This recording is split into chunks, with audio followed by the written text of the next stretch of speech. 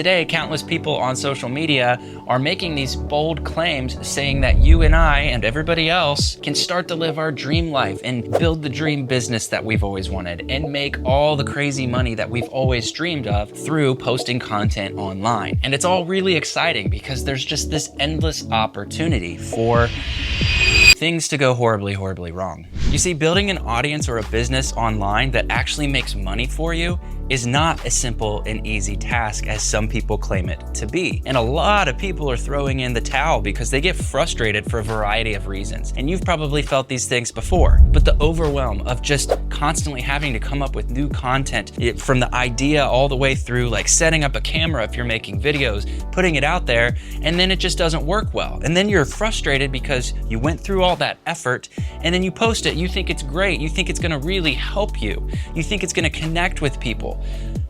But then it doesn't. You're frustrated because nothing is performing well and you're thinking, is the system broken? Am I broken? You know what, screw it, I'm done. And you find yourself feeling really angry, bitter, even resenting the whole process.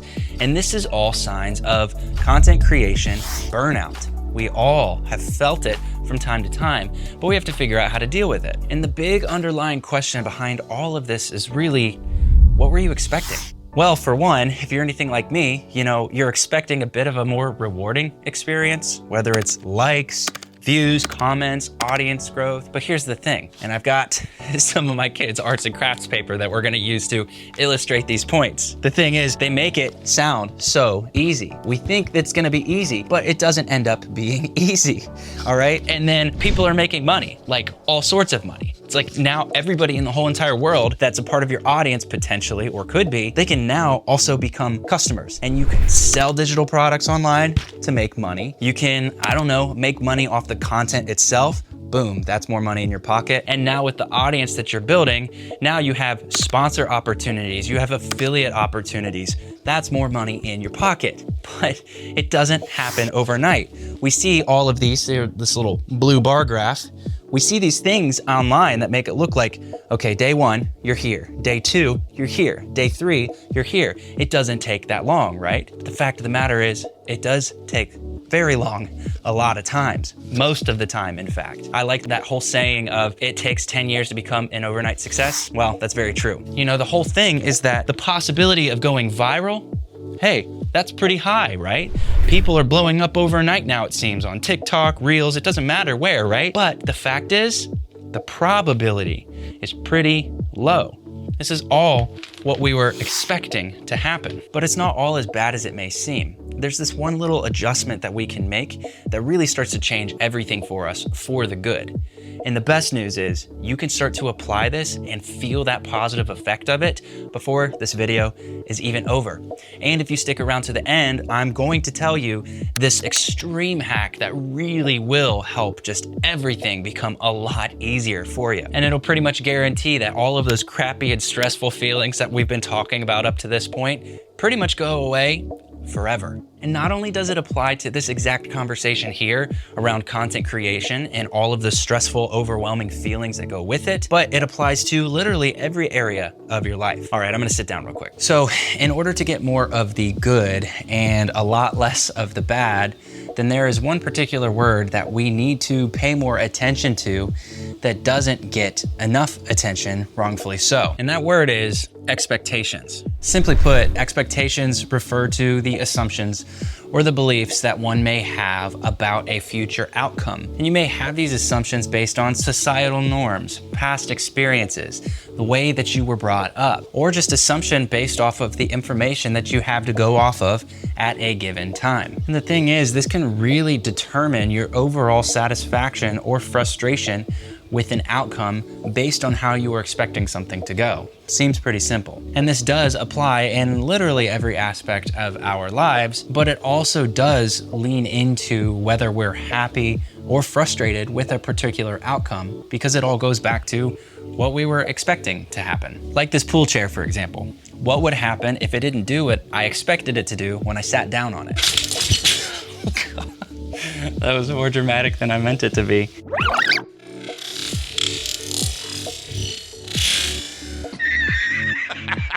And so the big phenomenon here is the difference between what you expect to happen versus what actually happens, that distance, that gap, is called the expectation gap. And so you see here on this fun little chart, we've got objectives, the things that we are desiring, and then time going that way, right?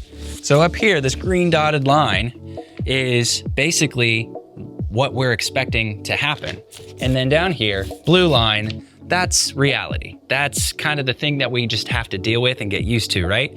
And that orange section right there, the difference between green and blue, that's our expectation gap. And this can really set us up for some serious frustration. And the gap in reality to expectations doesn't just happen in the realm of content creation. This happens in life, relationships, your marriage. You're excited, you think you know what married is going to be like, and you get into this relationship and you're now living together and things seem to be going well until you start to find the other person's quirks or they are recognizing yours. And maybe there's some incompatibilities or some things that just you weren't expecting to be there. So you have to start making a decision of whether it's worth pushing through and adapting and working together as a single unit, or if it's a deal breaker for you. Obviously, we see that kind of stuff happen all the time. Or parenting. Before we had kids, my wife and I knew that parenting was going to be hard, but I didn't know specifically what made it hard other than I was responsible for somebody and there's some pressure that comes with that. And like, it's going to just be tiring in the beginning because they're not sleeping through the night or whatever. But now with boys that are ages 6 and 4, hard is an understatement, but fulfilling and rewarding is also an understatement. It's the best thing ever. But there was a gap in expectations. Or another obvious example would be your progress in life or your career more specifically. You know, I'm 32 right now, and I'm not exactly where I thought I would be by this point. I'm a 2-time college dropout. At one point, I thought I was gonna be a rock star and never have to do the formal work anyway. I've worked jobs, I've quit jobs, I've been fired from jobs, I've worked for myself multiple times and given up and gone back. And this is not to say that I don't love where I'm at right now, because this is pretty awesome. And I've worked really hard for it, but I'm also just incredibly fortunate and blessed and very thankful. But nonetheless, what I expected versus the reality, again, there's a gap there. And so it may seem like this expectation gap is always related to a bad thing, as if it's always kind of just talking about unmet desires. But I don't know, maybe, wait. Sometimes things go better than expected. Glad I found this. But ultimately, we can't bank our fate on luck and just expect these random gifts to fall in our lap. The trick to all of this is to find ways to minimize the gap. So this doesn't really mean that we shouldn't have any sort of expectation at all. I expect my wife to remain loyal in our marriage just like I do. But when we set high expectations on things where we ultimately aren't in control of the variables or the outcome of a situation, then we're really setting ourselves up for potential catastrophe. So let's punch in on this control thing and look at this a little closer. So this is when we need to look at all of the different variables that we have. We've got our variables we can control in the green, and the ones in the red over here, that not so much, can't really control it. Okay, so over here, we can control the content that we make or choose not to make, all right? And tons of details within that little topic or conversation right there.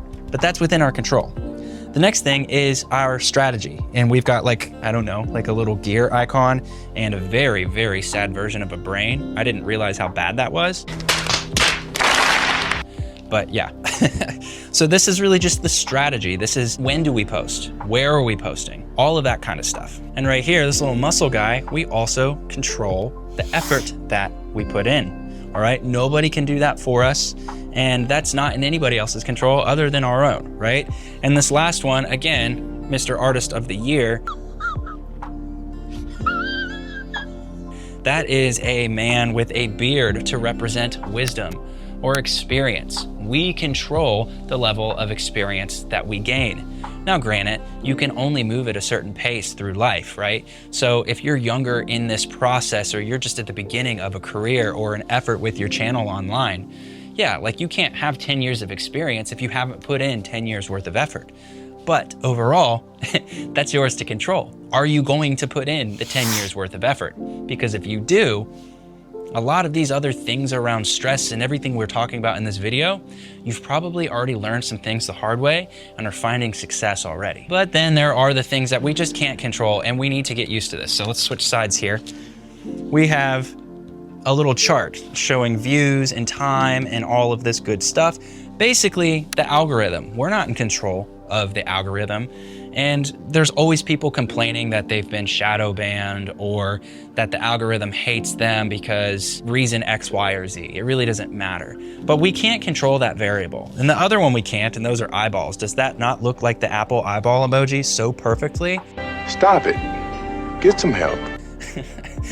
But we can't control how other people are going to behave around our content in this conversation. Obviously, that applies to everything. Like, we're not in control of other people's behaviors, but we don't control how long they're going to watch a video. We don't control whether they're going to click on the video or not. We don't control whether they're going to leave some spammy comment or some raving comment or no comment at all.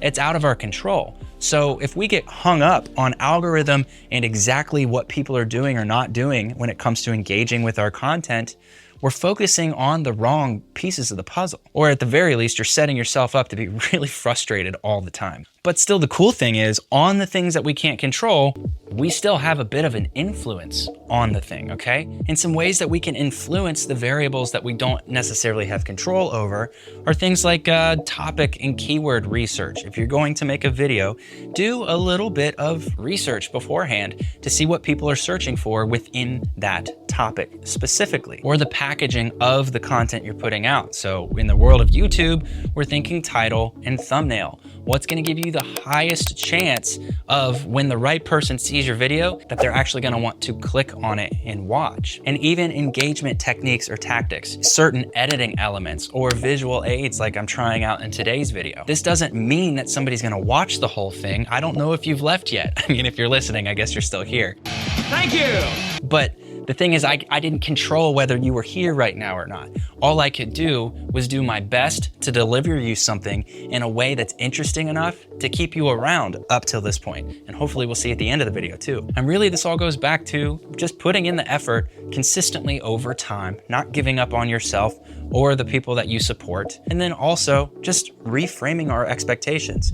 Do we have our eyes set on the right things? Are we trying to control things that are completely out of control? And if so, again, you're gonna feel frustrated in that.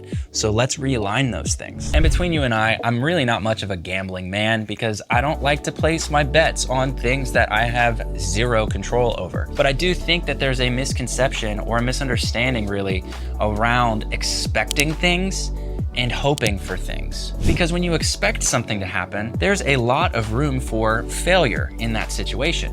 Whereas if you're just hoping that something goes a certain way, then you're not placing expectation on it. There is a difference. And the biggest trick of them all that I need to remind myself of just as much as I'm sharing with you right now, that will essentially guarantee that you're always gonna be stoked, is this: eliminate all expectations. And it's not easy, but it's something that we can work towards. For instance, stop expecting flowers on Valentine's Day, and you'll be overjoyed if and when they show up. Or don't expect a video to do super well when you hit upload. And if it does, then you're gonna be really stoked about that. Or in my painful example, don't expect a chair to hold you. I mean, we should probably hope for it, that's its job, but if we expect it to, and somebody pulled the screws out of it for some reason, it's gonna hurt. And I don't expect you to subscribe to this channel or leave a comment on what you'd like to see next, but I sure hope you do.